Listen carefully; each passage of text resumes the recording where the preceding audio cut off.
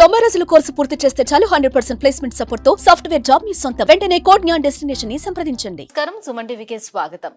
మార్చి నెల ద్వాదశ రాశుల వారికి ఏ రకంగా ఉండబోతుంది, గ్రహ స్థితిగతులు ఎలా ఉన్నాయి, ఎటువంటి ఫలితాలను ఇస్తున్నాయి, ఎటువంటి పరిహారాలను వీళ్ళు పాటించుకోవాలి, ఈ అంశాలన్నీ తెలియజేసేందుకు మనతో పాటు ఉన్నారు ప్రముఖ జ్యోతిష్య రత్న, జ్యోతిష్య చక్ర వైభవ నిపుణ డాక్టర్ రాలపల్లి రవికుమార్ గారు. గురుగారు నమస్కారం. నమస్కారం. గురుగారు, ద్వాదశ రాశుల వారికి ఈ మార్చి నెల ఎలా ఉండబోతుందో తెలుసుకునే ముందు నవగ్రహాల స్థితిగతులు ఎలా ఉన్నాయి, ఎలాంటి ఫలితాలను అందిస్తున్నాయి? శరదిందు సమాకారే పరబ్రహ్మ స్వరూపిణి వాసరాపీఠ నిలయే సరస్వతి నమస్తే. సుమన్ టీవీ ప్రేక్షకులకు నమస్కారం. మార్చి నెల 2025 నవగ్రహాలు ద్వాదశ రాశుల్లో ఎక్కడ ఉన్నాయి ఇప్పుడు తెలుసుకుందాం. ముందుగా సూర్యుడు వచ్చేసి మనకి మీన రాశిలో ఉన్నారు. అలాగే కుజుడు మనకి మిథున్ రాశిలో ఉన్నారు. అలాగే రాహు వచ్చి మనకి మీన రాశిలో ఉన్నారు. గురువు మనకి వృషభ రాశిలో ఉన్నారు. శని స్వస్థానమైన కుంభరాశిలో ఉన్నారు.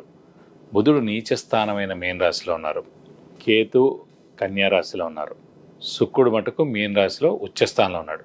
కాబట్టి ఒకటి స్వస్థానం శని, శుక్రుడేమో మనకి ఉచ్చస్థానంలో ఉన్నాడు మీనంలో. అలాగే నీచస్థానమైన మీనంలోనే బుధుడు కూడా ఉన్నాడు అన్నమాట. ఇవి నవగ్రహాలు ద్వాదశ రాశుల్లో మార్చి నెల అంతా ఈ స్థానాల్లో ఉంటాయి. గురువు గారు, మీనరాశి వారికి ఈ మార్చి నెలలో ఎలా ఉండబోతుంది? సో మీనరాశిలోనే రవి, బుధుడు, శుక్రుడు, రాహువు, సో 4 గ్రహాలు కూడా మీనరాశిలోనే ఉన్నాయి కాబట్టి సో వీళ్ళకి ఎలా ఉండబోతుంది ఈ మాసం? తప్పకుండా మీన రాశి అనగానే మనకి పూర్వాభాద్ర 4వ పాదం, ఉత్తరాభాద్ర 1, 2, 3, 4 పాదాలు, రేవతి 1, 2, 3, 4 పాదాలు, ఈ నక్షత్రాల సమూహంతో మనకి మీన రాశిలోకి వస్తుంది. ఈ రాశి వారికి ప్రస్తుతం తృతీయ స్థానంలో గురువు ఉండడం, శని వ్యయ స్థానంలో ఉండడం, అలాగే రాశిలోనే రాహు ఉండడం, సప్తమ స్థానంలో కేతు ఉండడం, ఇదంతా చూస్తే బాగా కొంచెం మిశ్రమ ఫలితాలే కనిపిస్తున్నాయి. ఎందుకంటే చతుర్థ సప్తమాధిపతి అయిన బుధుడు కూడా రాశిలో నీచలో ఉండడం కాబట్టి, అలాగే రవి శుక్రుడు కూడా మీన రాశి, రవి శుక్రుడికి అస్సలు పడదు. సో శుక్రుడు బుధుడికి అస్సలు పడదు. సో ఇలా ఇవన్నీ చాలా కాంబినేషన్స్తో గందరగోళమైన ఇదిలో ఉంది. కాబట్టి వీరు ఖచ్చితంగా మిశ్రమంగా ఉంటుందని చెప్పుకోవాలి. విద్యార్థులు కానివ్వండి, రాజకీయ నాయకులు కానివ్వండి, క్రీడాకారులు కానివ్వండి, పత్రికా రంగం, యూట్యూబ్ రంగం, ఏ రంగమైనా సరే మీన రాశి వారైనా సరే మిశ్రమంగా ఉందని చెప్పుకోవాలి. సో వీళ్ళు శ్రమ, కాలం, ధనం వ్యర్థమయ్యేందుకు అవకాశం ఉంది. రావాల్సిన బాకీలు ఆలస్యంగా వస్తాయి. షూరిటీస్ పెట్టకండి, స్పెక్యులేషన్స్ జోలికి వెళ్ళకండి, మధ్యవర్తిత్వం వహించకండి.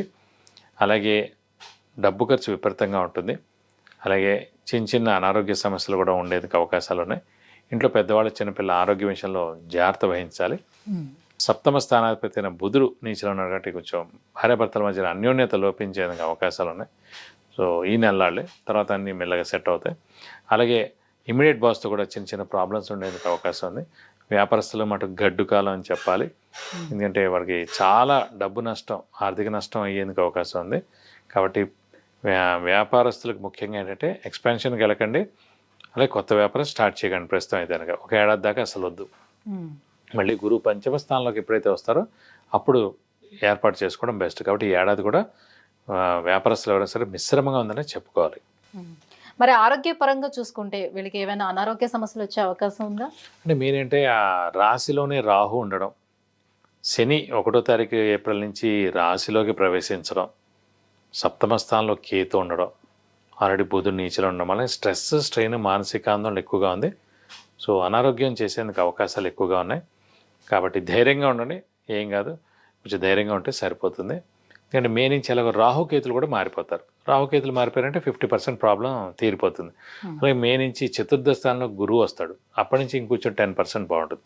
ఒక్క శని తప్ప మిగతా అన్ని గ్రహాలు ఆటోమేటిక్గా సెట్ అవుతాయి మే నుంచి. బట్ ఈ 2 నెలలు కొంచెం కష్టపడితే సరిపోతుంది. మరి ఆర్థిక పరంగా చూసుకున్నప్పుడు ఎటువంటి జాగ్రత్తలు తీసుకోవాల్సిన అవసరం ఉంటుందా డబ్బు విషయంలో? ఆర్థిక పరంగా ఏంటంటే ఖచ్చితంగా ఎవరికి అప్పులు ఇవ్వకండి.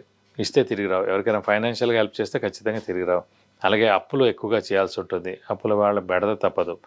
కొత్త అప్పులు, లోన్లు కూడా తీసుకునేందుకు అవకాశం ఉంది. కాబట్టి ఆర్థికంగా మటుకు మిశ్రమంగా ఉందనే చెప్పుకోవాలి.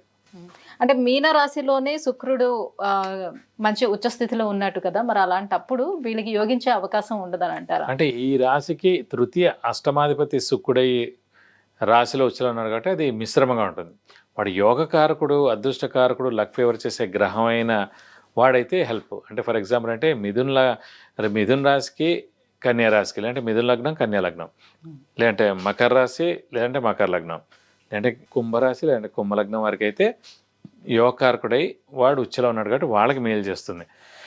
మీన రాశికి ఏం మేలు చేయదండి, మిశ్రమంగా ఉంటుంది. మళ్ళీ ఇంకా ఎటువంటి రెమెడీస్ పాటించుకుంటే బెటర్గా ఉంటుంది? ప్రస్తుతం అంటే ఇన్ని గ్రహాల ఇదితో ఉంది కాబట్టి సుబ్రహ్మణ్య స్వామిని ఎక్కువగా ఆరాధిస్తే చాలా మంచిది. ప్రతిరోజు సుబ్రహ్మణ్య స్వామి అష్టోత్తరం చేసుకుంటే మంచిది. వీలైతే ఇక్కడ స్కందగిరి టెంపుల్ అని ఉంది పద్మారావు నగర్, అక్కడ హోమం మరియు అభిషేకం మీ పేరు నక్షత్ర గోత్రనామాలతో ఒకసారి చేస్తే మీకు అన్ని విధాలా మంచి చేకూరుతుంది. విద్య, ఉద్యోగం, వివాహం, వాహనం, ఆరోగ్యం, ఐశ్వర్యం వీటన్నిటి గురించి తెలుసుకోవాలంటే కింద స్క్రోల్ అవుతున్నటువంటి నెంబర్లకి కాల్ చేసి గురువుగారి అపాయింట్మెంట్ పొందవచ్చు. గురుగారు, ఈ మార్చి నెలలో మీనరాశి వారికి ఎలా ఉండిపోతుంది, సో ఎటువంటి పూజాది కార్యక్రమాలు చేసుకుంటే కొంత మెరుగ్గా ఉంటుంది, ఈ విషయాలన్నీ కూడా తెలియజేసినందుకు ధన్యవాదాలండి. నమస్కారం.